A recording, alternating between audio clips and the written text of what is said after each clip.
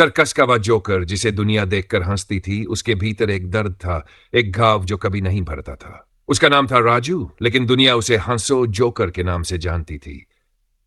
हर रात जब सर्कस का मंच सजता, वह अपने रंग बिरंगे कपड़े पहनकर, चेहरे पर मोटा मेकअप लगाकर, नकली मुस्कान ओढ़ लेता और लोगों को हंसाने आ जाता। बचपन का अंधेरा। राजू का जन्म एक गरीब परिवार में हुआ था। उसके माता पिता उसे बहुत प्यार करते थे, लेकिन गरीबी ने उनके सपनों को कुचल दिया। एक रात जब राजू सिर्फ 10 साल का था, उसके माता पिता का एक्सीडेंट हो गया। वह अनाथ हो गया। भूख और दर्द के बीच उसे एक सर्कस वाले ने गोद ले लिया, लेकिन यह दया नहीं थी, यह सिर्फ एक सौदा था। तेरी शक्ल ही मजाकिया है, तू जोकर बनेगा, सर्कस के मालिक ने कहा, और उसे हंसने हंसाने की ट्रेनिंग दी जाने लगी। शुरुआत में वह रोता डरता, लेकिन धीरे धीरे उसने समझ लिया कि दुनिया सिर्फ दिखावे से चलती है। हंसी के पीछे छिपा दर्द। हर रात जब सर्कस में तालियां बजती, बच्चे हंसते, लोग मजाक उड़ाते, तब राजू की आत्मा तड़प उठती। क्या कोई मेरे दर्द को भी देखता है? लेकिन नहीं, किसी ने भी उसके आंसू नहीं देखे। जब वह मंच से उतरता, तब अकेले में आईने के सामने खड़ा होकर अपनी मुस्कान मिटा देता। उसके गालों पर बहे आंसू उस लाल और सफेद रंग के नीचे दब जाते। एक रात का हादसा।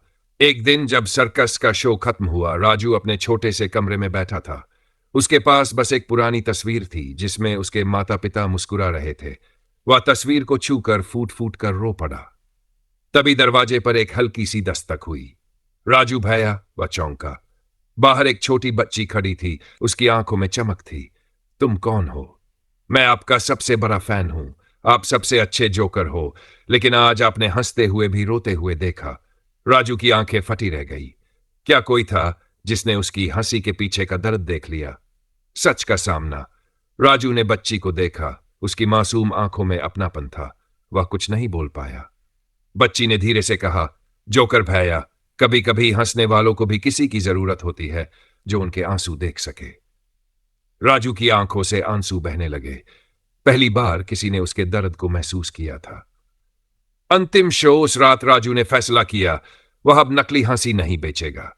वह चला गया सर्कस छोड़कर। कोई नहीं जानता वह कहां गया। कुछ लोगों ने सुना कि वह किसी अनाथालय में बच्चों को हंसाना सिखा रहा है, लेकिन इस बार दिल से। अब उसकी हंसी नकली नहीं थी और उसकी आंखों में दर्द नहीं था, क्योंकि किसी ने उसे याद दिला दिया था, जोकर भी इंसान होता है। वह अब एक नई दुनिया की तलाश में था, एक ऐसी जगह जहां उसे नकली हंसी नहीं बेचनी पड़े। लेकिन जिंदगी इतनी आसान नहीं होती। रात के अंधेरे में जब वह सर्कस से निकला, तो उसकी आंखों में आंसू थे और दिल में हजारों सवाल। रहस्यमयी जंगल और आत्मा का रहस्य। राजू एक सुनसान रास्ते पर चल रहा था। चारों ओर अंधेरा था। दूर कहीं उल्लू की आवाज गूंज रही थी।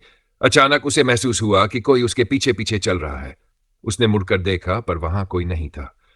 लेकिन तभी एक ठंडी हवा का झोंका उसके चेहरे से टकराया। एक धीमी आवाज गूंजी, कक, कौन है? उसने कांपती आवाज में पूछा। कोई जवाब नहीं आया। अचानक सामने एक बूढ़ा साधु खड़ा था।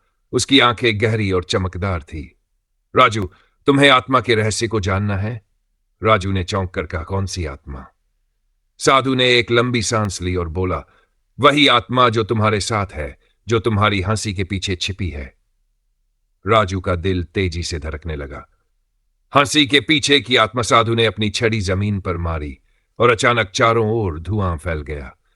राजू ने देखा, आईने में उसका प्रतिबिंब हंस रहा था, लेकिन उसकी असली शक्ल रो रही थी।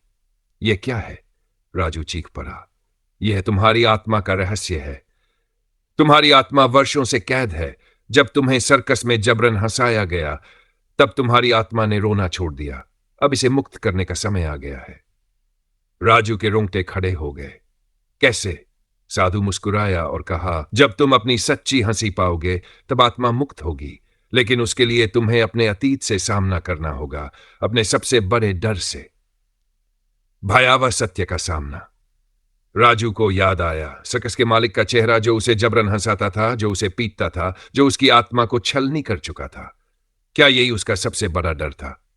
साधु ने आगे कहा, तुम्हें वापस जाना होगा, उस जगह जहां तुम्हारी हंसी मरी थी। तभी तुम्हारी आत्मा को मुक्ति मिलेगी। क्या वह वापस सर्कस जाएगा?